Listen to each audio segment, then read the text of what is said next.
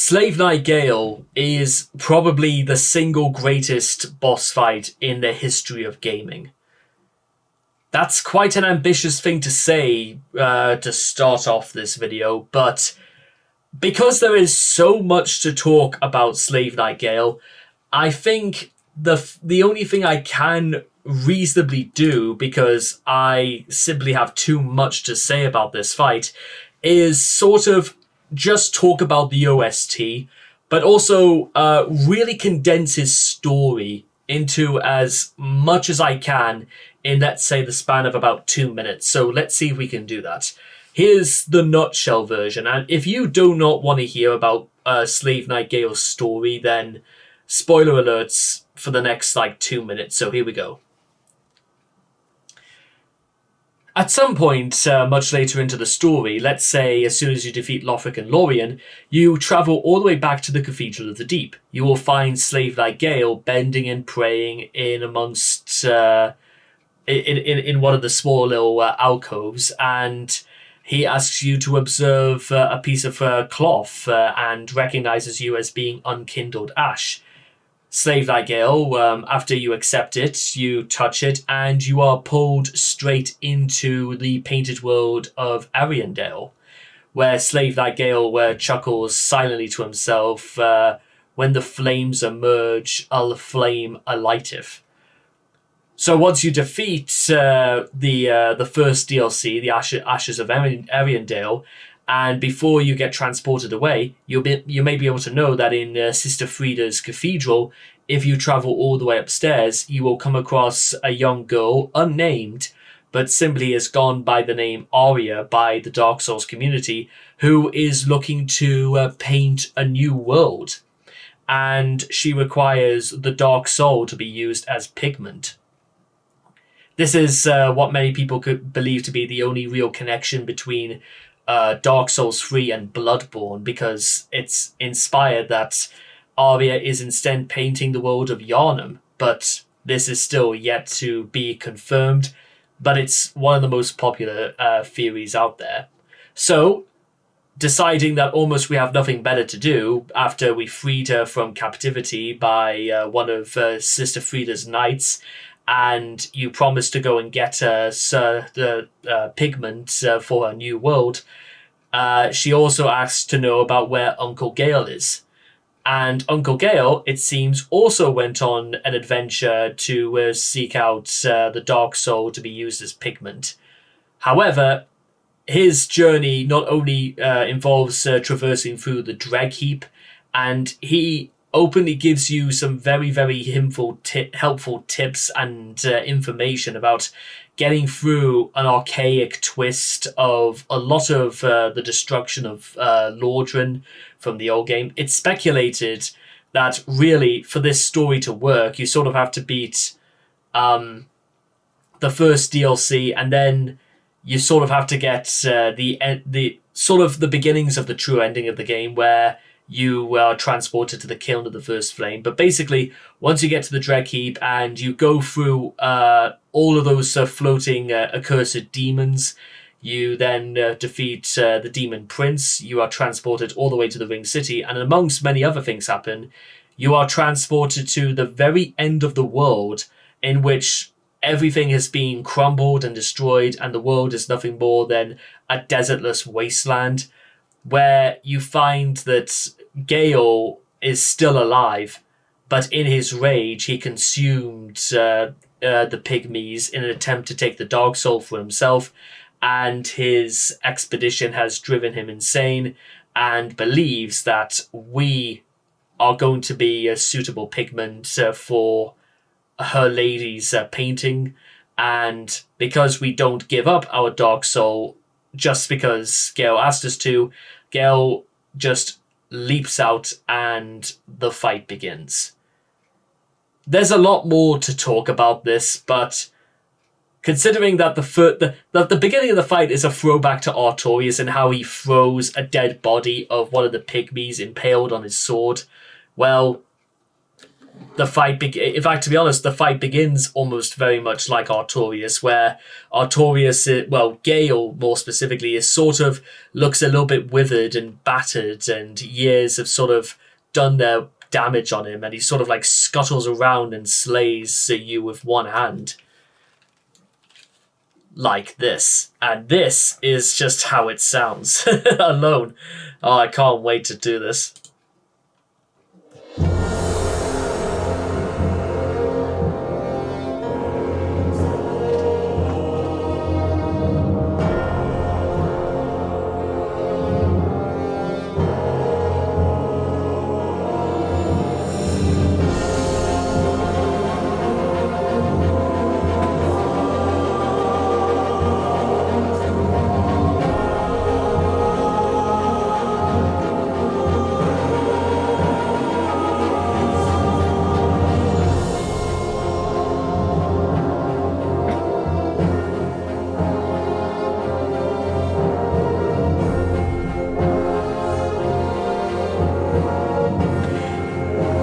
In fact, to be honest, I'm just going to turn it up a little bit more because it deserves that. I absolutely think it deserves that.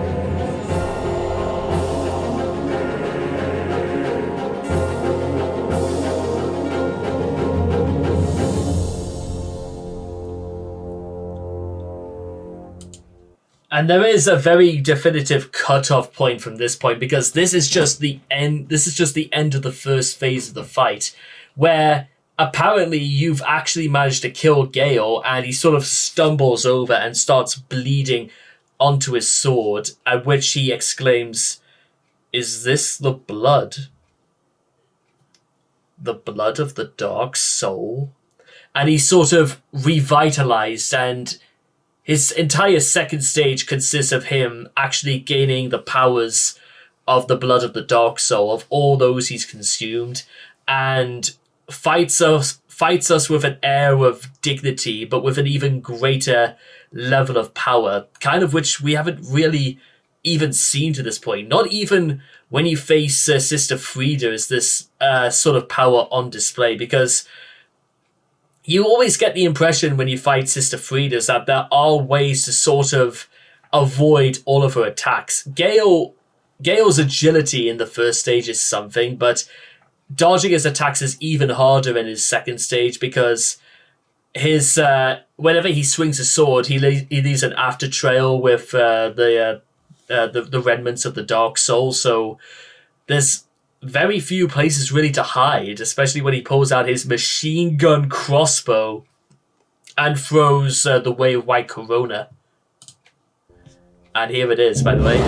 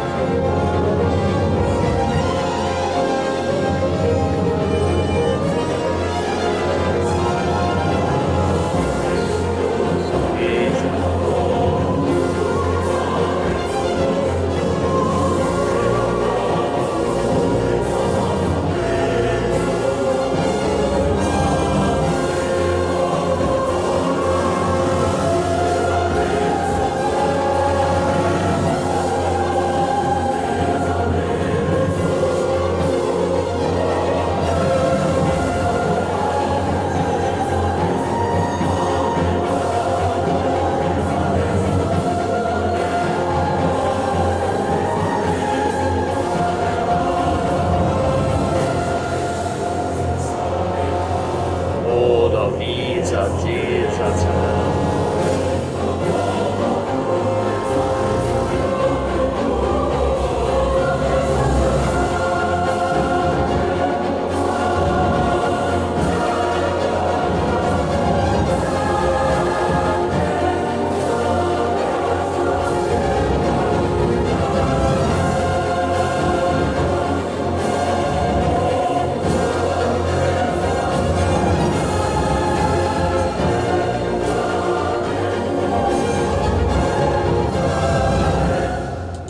And just like before, there is like a definitive like cutoff point between the second stage and his third stage. But basically, what you need to know is that his first stage is unpredictable, but very, very stylish. And how not only the battlefield you're fighting, where you can fight him on the slopes of a dune, you can fight him in amongst like the throne room of what used to be the other pygmies.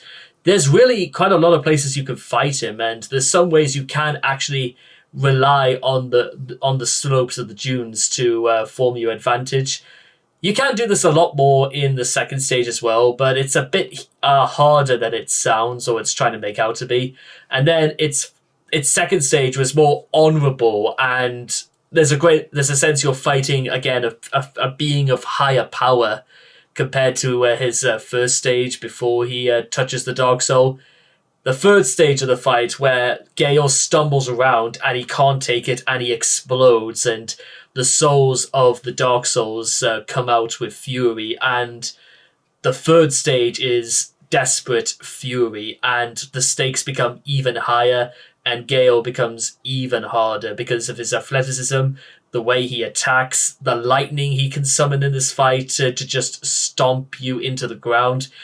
There's nowhere to hide, and even fewer opportunities to even escape. You are locked into this now, and it is a fight to the death. Sort of a syntax of many, many bosses in the series, where some fights literally do descend into madness in terms of their desperation, but none do it quite like Gael.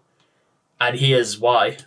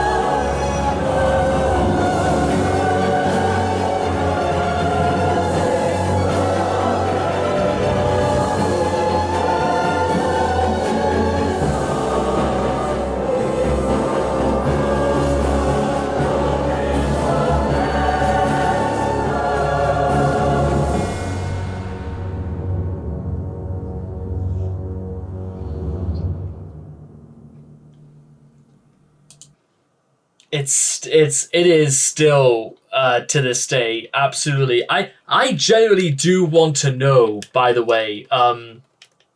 It's certainly there'll be people in the future who'll be looking back on things like Dark Souls, and even on things about boss design. There will be lectures about how to actually make games like this, and there's going to be lectures about how the music for this was done as well as it is. But I think even more than that, there's going to be a lot of discussions about, well, just for what it seems like, and this is like a really, really weird way to end this, is that for the last boss of any video game in my opinion, should be the best. It should be the culmination of everything that the story was leading up to. It should be the culmination of everything you've learned, everything you've discovered, and every single thing that you have done that has brought it's like everything has been brought full circle. And through the system of chronology in Dark Souls, this is the very last boss of Dark Souls. And how fitting it is that the last boss would turn out to be the very, very best.